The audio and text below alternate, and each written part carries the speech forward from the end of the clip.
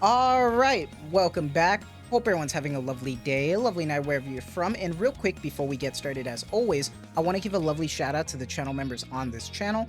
So thank you so much to these lovely commanders here that you see on screen. Thank you guys so much for your guys' constant generosity and support to me as always. It really means a lot to me, so thank you guys so much. And if you guys are actually interested in becoming a lovely commander yourself, if you are interested in any of these cute and lovely emotes, loyalty crown badges, you want a special role in the Discord, make sure to join the Discord.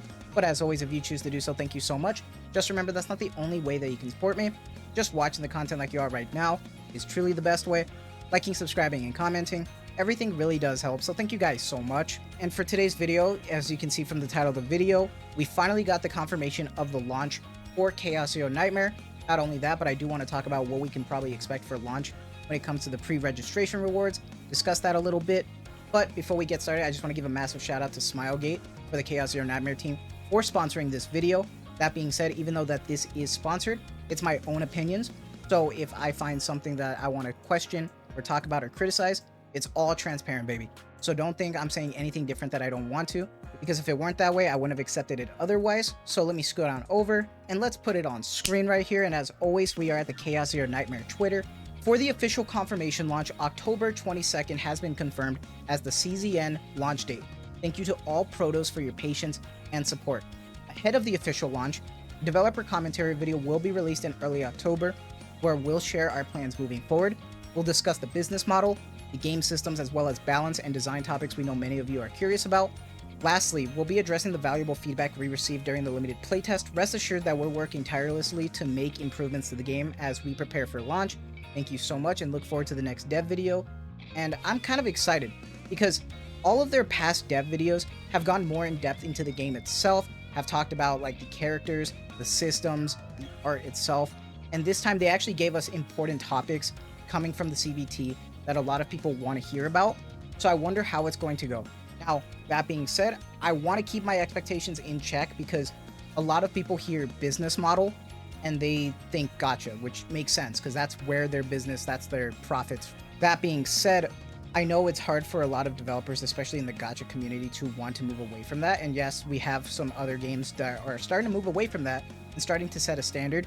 We have, Anata over there going to just be for the cosmetic gacha.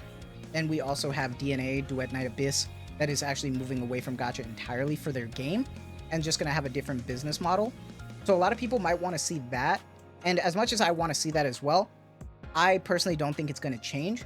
Honestly, I'd rather just them not have the 50-50 because their gacha is kind of rough. Make sure you go watch my first impressions to the CBT if you missed it. But when I was talking about the gacha, I talked about the dupe system a little bit and how every dupe improves the cards for the character themselves. And it's similar to Girls Frontline 2 where every dupe will change a mechanic. It's similar to that with a 1% and 50-50 when it comes to the limiteds.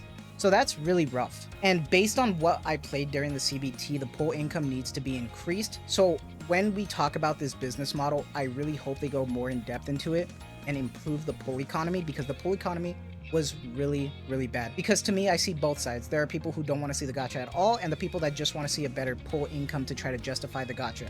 Now, honestly, I'd rather just them improve the pull gacha because I don't think it's going to change much. I want to be proven wrong though, so don't think that I just don't want to see that happen. But I'm just trying to keep my expectations, in check with reality. If not, I'm going to be disappointed. So I hope you guys understand that point of view. But when we're talking about game systems, I thought this one was really interesting because there's a lot of criticism that I didn't want to mention in that video yet because I want to make a follow-up video talking about it.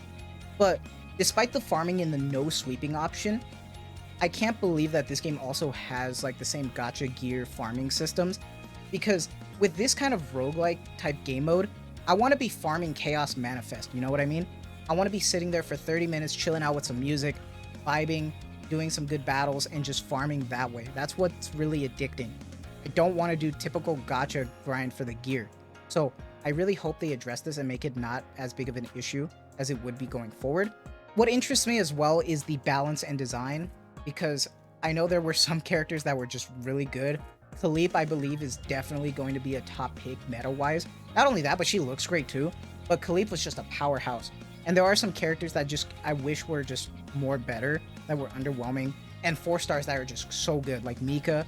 So I really hope there's not really much nerfing, but more of just buffing the other characters so they're on par. To me, I feel like that's the more appropriate way to deal with balance rather than just nerfing and just ruining everyone's fun. I definitely hope we see some good confirmations when it comes to the limited playtest, especially if you finish the survey.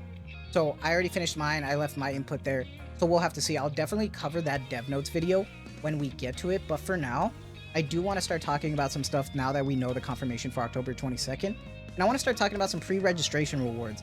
Right now, CZN is going through the typical pre-registration gacha stuff right now. And if you sign up, you can see that you get Tier of God ×2, 50,000 units of currency, with that lovely chibi of Yuki. I love her so much. And then you see Rin right there. That's great. Complete the global social media subscription mission and secure the special rewards. So we get 3 pulls and 100,000 of those little credits.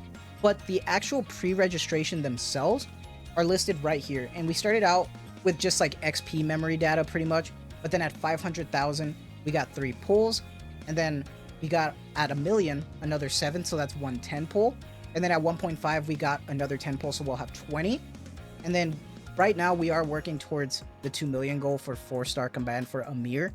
And not only does she look great, but she's a great unit as well. I used her a good bit. Now, I'm going to be honest, although it's not there yet, I highly doubt that we would not hit this goal or not get it. I feel like it's really rare to find a gacha that would not hit those pre-registration goals. So I'm sure that the team is just going to release it regardless of reaching it or not, but I'm sure it's going to reach it. Just because I think they are doing really well analytics-wise as well. And despite this, most games as well will have like a honeymoon thing where they'll just release a lot of freebies as well during the launch. I know Nikkei, Girls Frontline 2 did that as well. So I'm expecting the same thing here.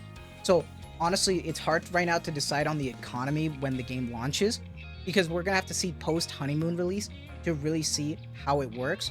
So for me, I will keep you updated on that going forward when the game launches because we need to move away from that before I get an idea of how much currency you actually get through your dailies, your weeklies to secure pulls or any banners coming up.